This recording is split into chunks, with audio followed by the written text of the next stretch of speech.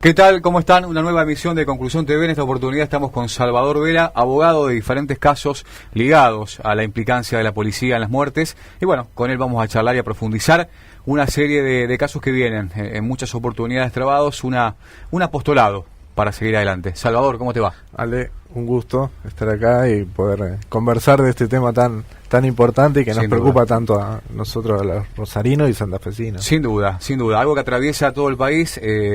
Hace pocos días hablábamos con María del Carmen Verdú de Correspi, alguien que lleva los números detalladamente, lo que tiene que ver con la violencia estatal, para denominarla bien.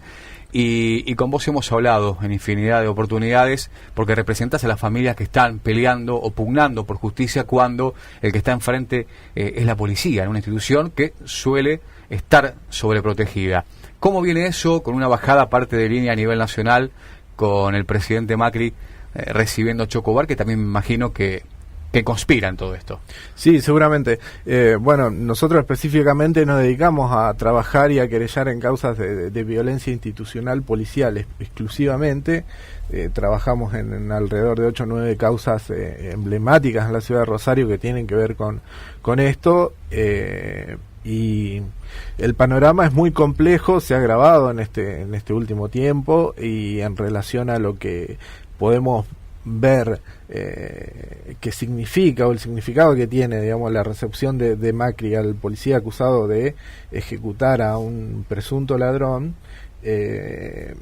Nos parece que es muy grave en muchos sentidos. Primero, porque el presidente no se puede inmiscuir en asuntos del Poder Judicial, y aunque intente hacer comentarios y presentarlos de una manera inocente, no lo son. Digamos, el presidente ejerce un poder muy relevante, el mayor, tiene mucha incidencia. Hoy se ha agravado la incidencia del Poder Ejecutivo Nacional en el Poder Judicial, y usted piense qué posición puede adoptar un secretario, un fiscal, un juez, un defensor que pretenden que se les avale desde el poder legislativo y desde el oficialismo, que es quien tiene que avalar un ascenso, si van a tomar o adoptar una posición contraria a la línea fijada por el y al posicionamiento fijado por el presidente. Con un agravante, en el caso de Chocobar, digamos, la situación, digamos, es muy explícita y es muy clara. Si uno ve el video se trata, digamos, de una ejecución.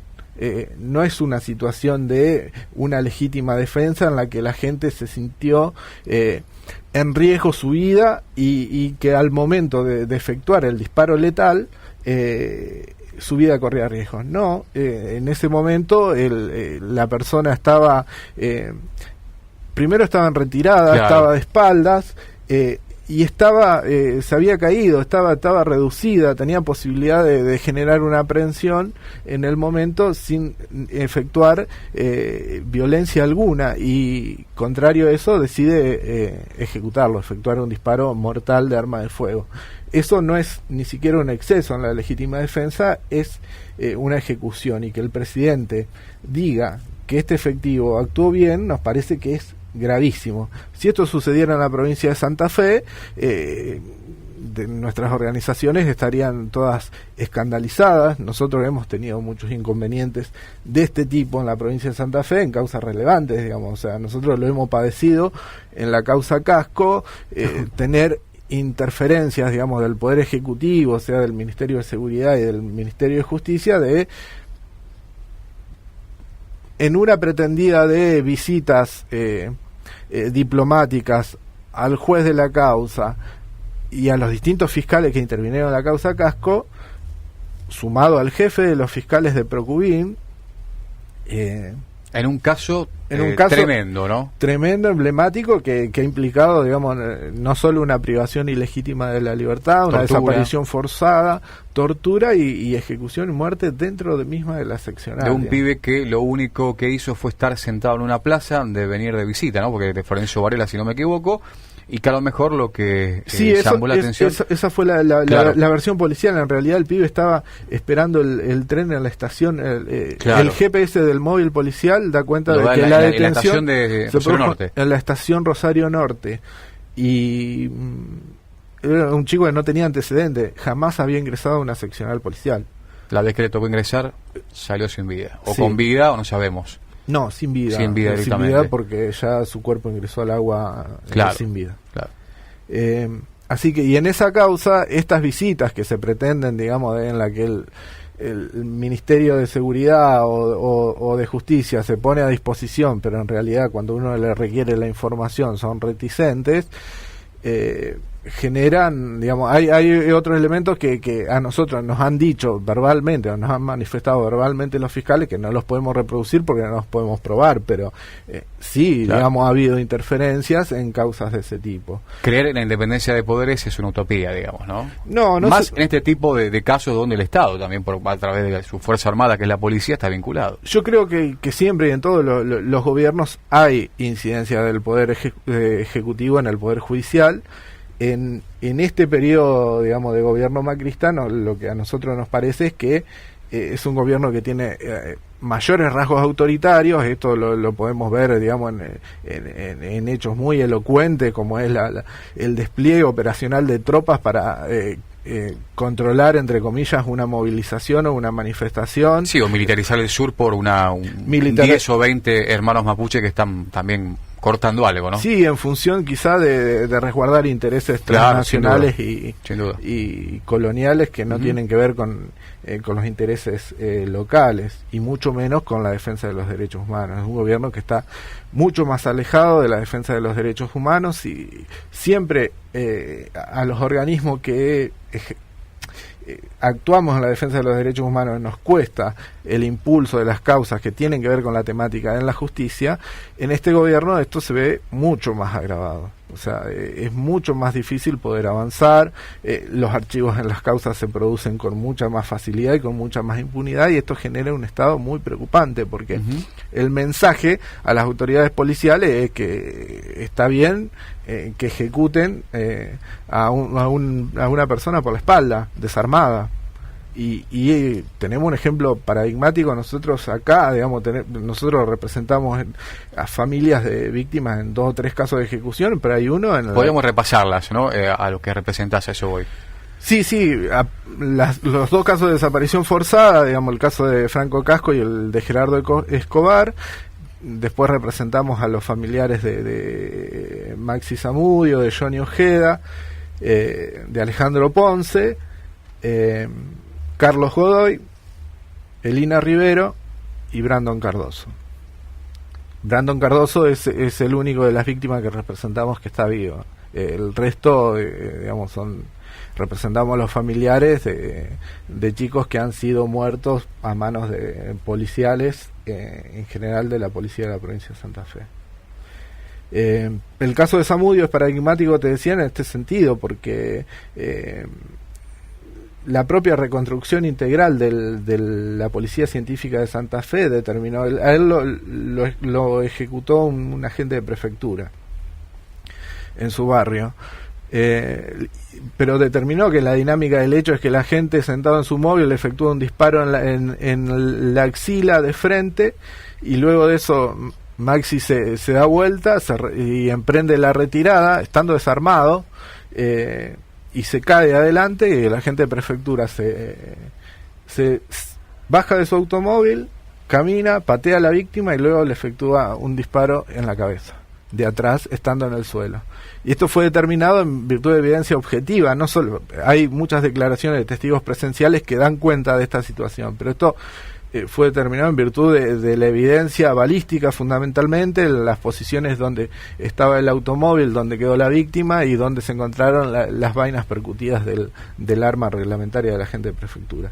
Y sin embargo, esta causa fue archivada ya 2 veces. Primero la archivó el fiscal Moreno, que se dedicó, digamos, a investigar a la víctima y no al agente policial, le creyó siempre su versión coartada de los hechos y no se profundizó. Luego de una lucha de organizaciones que acompañan a los familiares, se logró la reapertura, se avanzó en algunas medidas, y el ascenso como jueces del fiscal que intervenía en la causa determinó que se archive, quedando medidas pendientes y habiéndose producido otras que afectaban la credibilidad de la coartada de la gente de prefectura. Y sin embargo, claro, da la impresión de que se debe batallar contra un poder que es mayúsculo, que que llevado a otros casos también que podemos emparentar, salvando la distancia, tiene que ver con esto del modelo productivo, aquellos que denuncian, o médicos que denuncian contaminación, envenenamiento, y ninguno quiere poner la firma, digamos, porque sabe que puede costarle la carrera. Y esto queda claro, Salvador, que si no se acompaña con lucha, con las organizaciones que van respaldando a los familiares, me imagino que sería prácticamente una utopía poder lograr justicia, ¿no?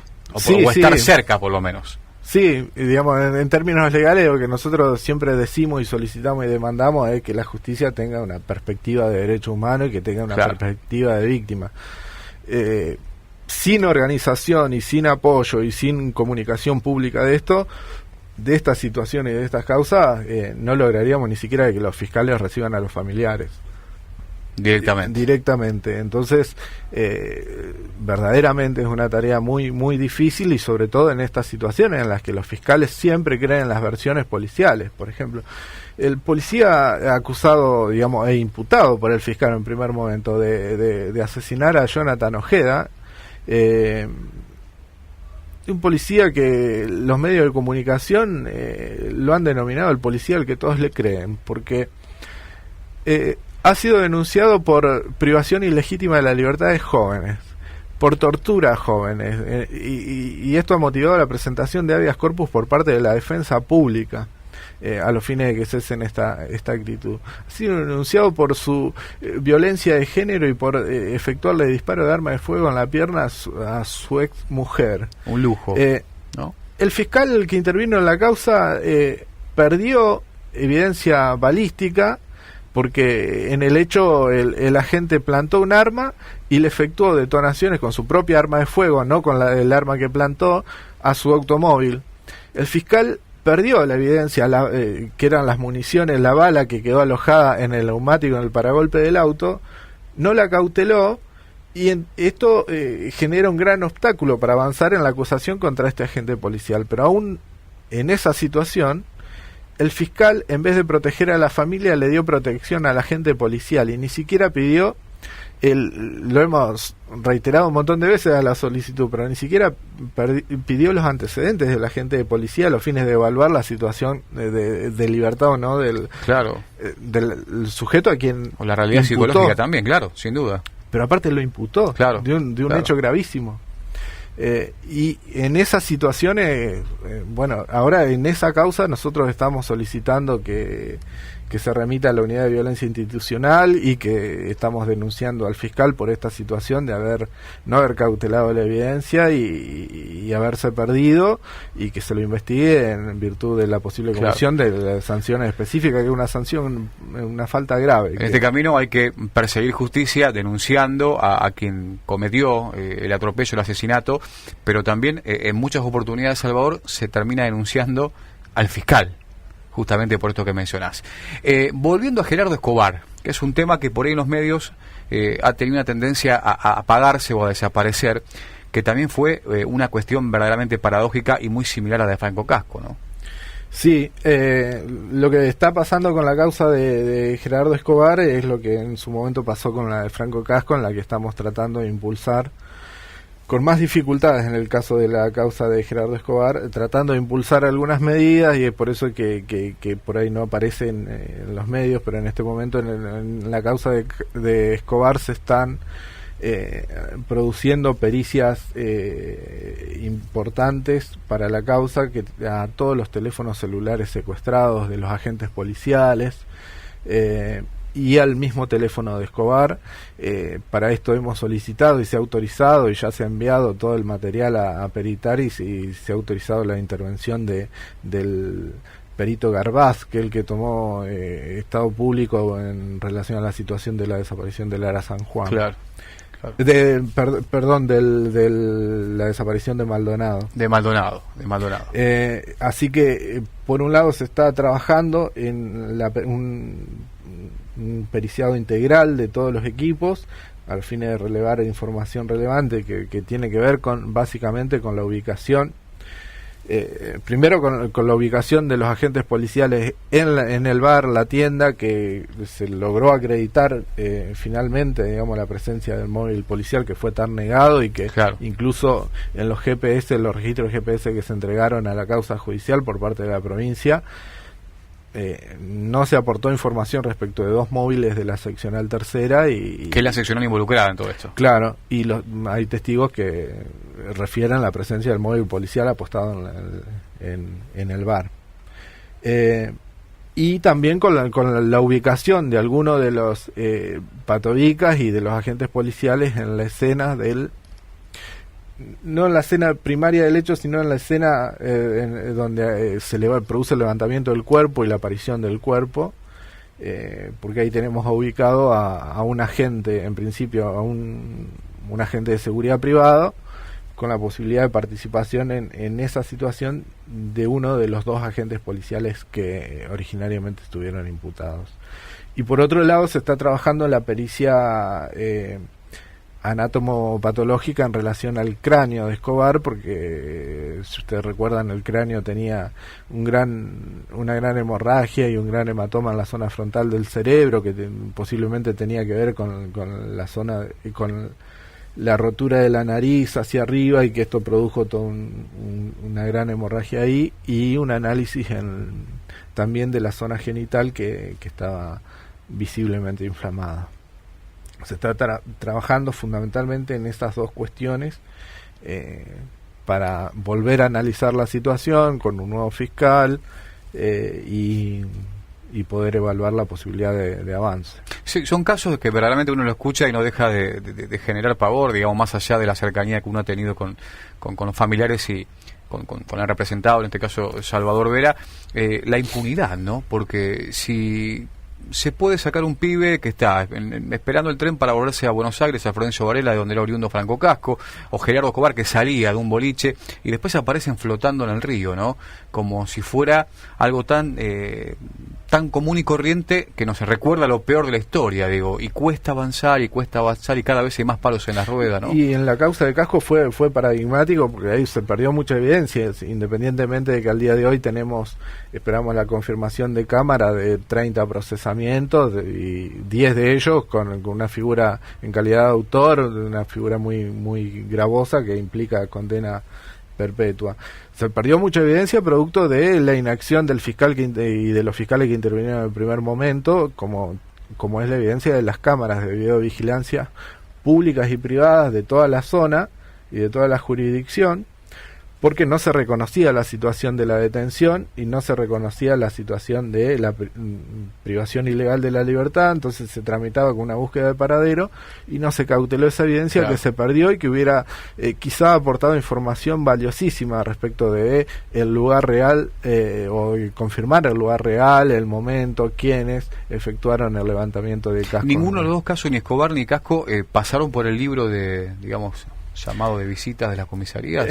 En el caso de Casco sí se reconoció la detención, pero se reconoció que se lo detuvo y se lo liberó, pero al día siguiente. Claro. Y en el caso de Escobar no se reconoció y no se registró la detención o el pase de Escobar por la seccional tercera. Sí hay testigos que mencionan el ingreso de una persona en un horario que coincide y relata toda una situación de vejaciones que se pueden compadecer con esta situación de todos los hematomas que tenía en la zona genital Casco y en el cráneo.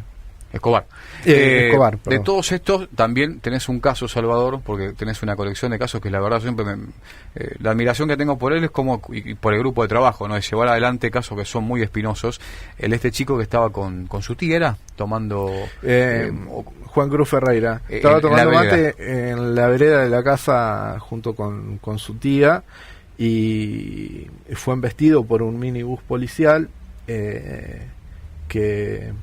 en una situación muy grave, muy gravosa y a su vez muy irregular, y que genera muchísima responsabilidad para el gobierno provincial, el Ministerio de Seguridad en particular, por lo siguiente.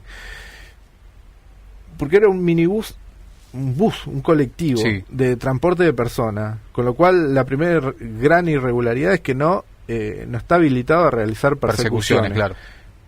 Ese colectivo iba en persecución aparentemente de dos jóvenes que circulaban en una motocicleta.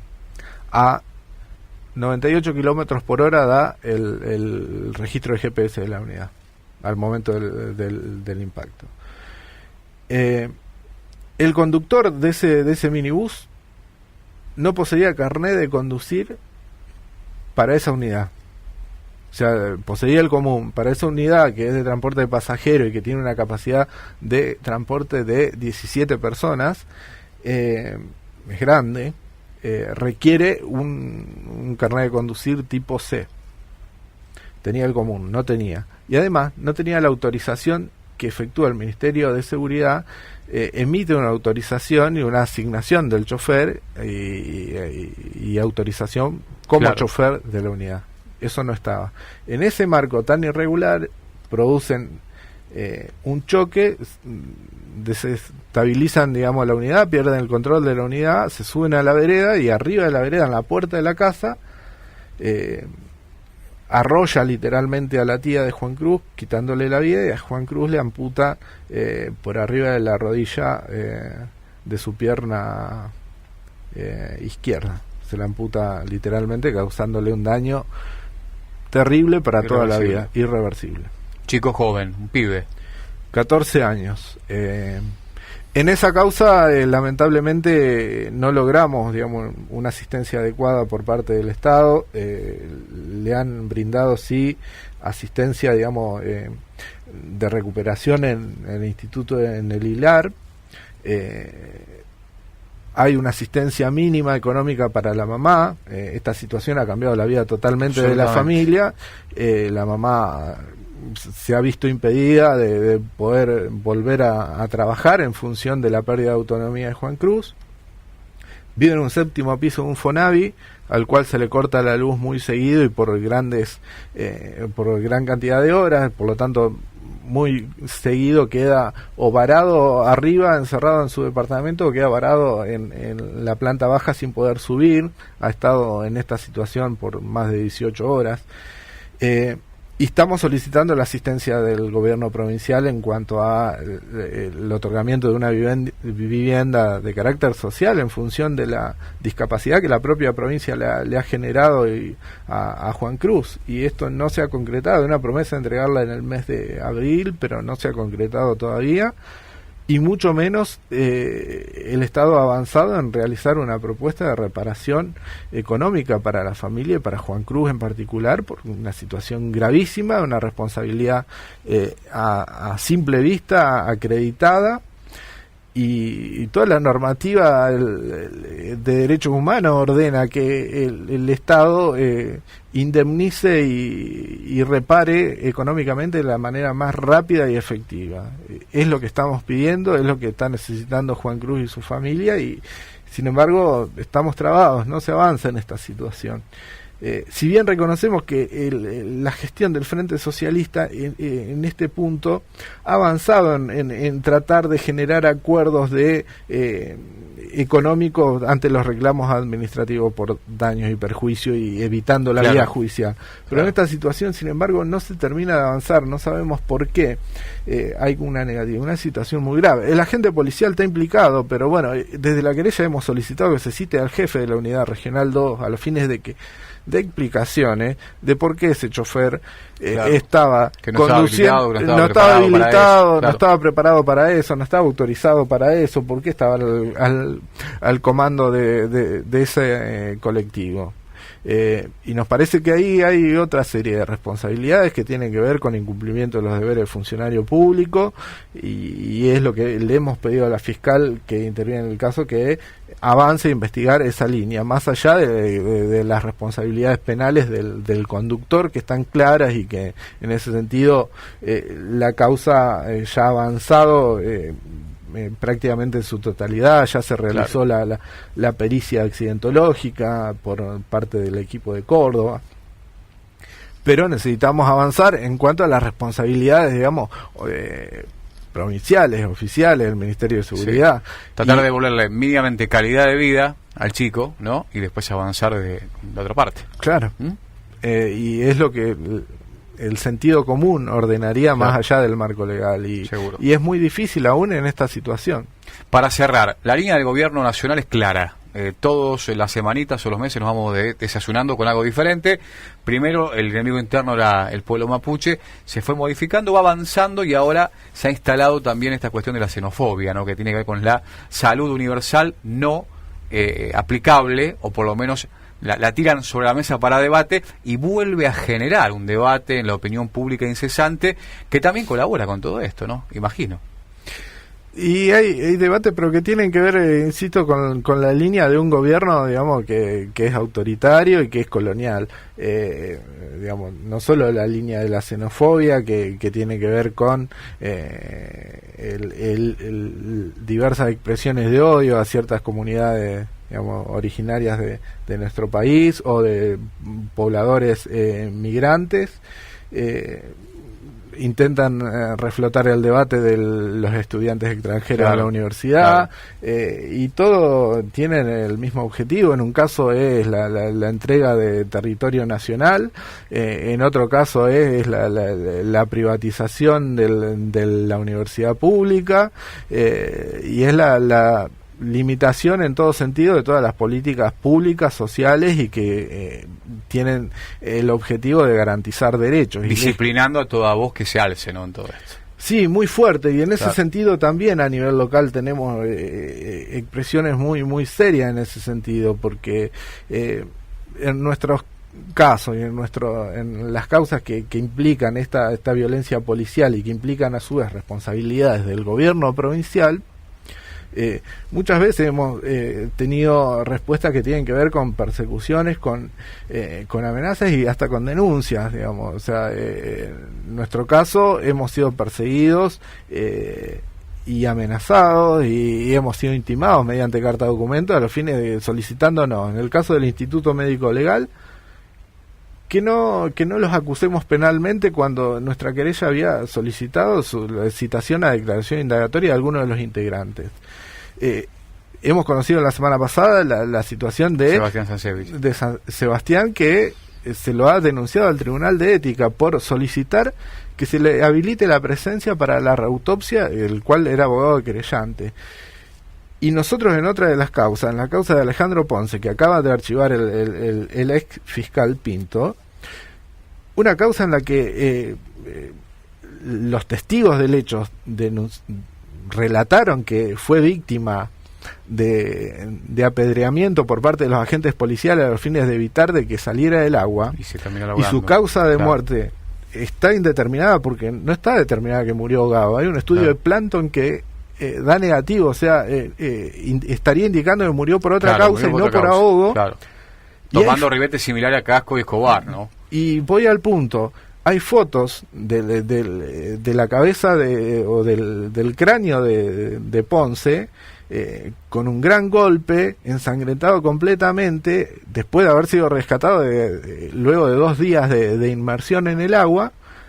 El médico policial que le levantó el cuerpo, en su acta dictaminó que tenía una contusión en el cráneo. La médica forense Soplán del Instituto Médico Legal, en la autopsia que realizó, dictaminó que no tenía signos externos ni internos de violencia. Entonces, es increíble. Este es el contexto en el cual nosotros actuamos, y contra las cuestiones a las cuales institucionales que nos generan mucha dificultad, mucho peso, y en este caso nos intentan amedrentar de esta manera, enviándonos cartas de documento a los fines de que dejemos de acusarlos penalmente, de que dejemos de querellar, que dejemos de acompañar a las víctimas. Sí, es una parte importante del tema forense. En todo esto que por ahí, si bien va acompañado en las causas, suele quedar afuera en el debate, ¿no? Hoy es revolucionario ser forense e intentar cambiar cómo se trabaja. Bueno, Salvador, gracias por estar. Seguiremos, como siempre, cerca tuyo para saber cómo se van trascendiendo cada caso, que si bien cuestan algunos por ahí, como el de Franco Casco y el de Brandon Cardoso, tienen un poquito de luz en el camino. Sí, no, gracias a vos por la invitación y por poder compartir algo de la situación que atraviesan este grupo familiar, las víctimas y en general las víctimas de violencia institucional policial en Santa Fe. Sin duda. Salvador Vera, en Conclusión TV.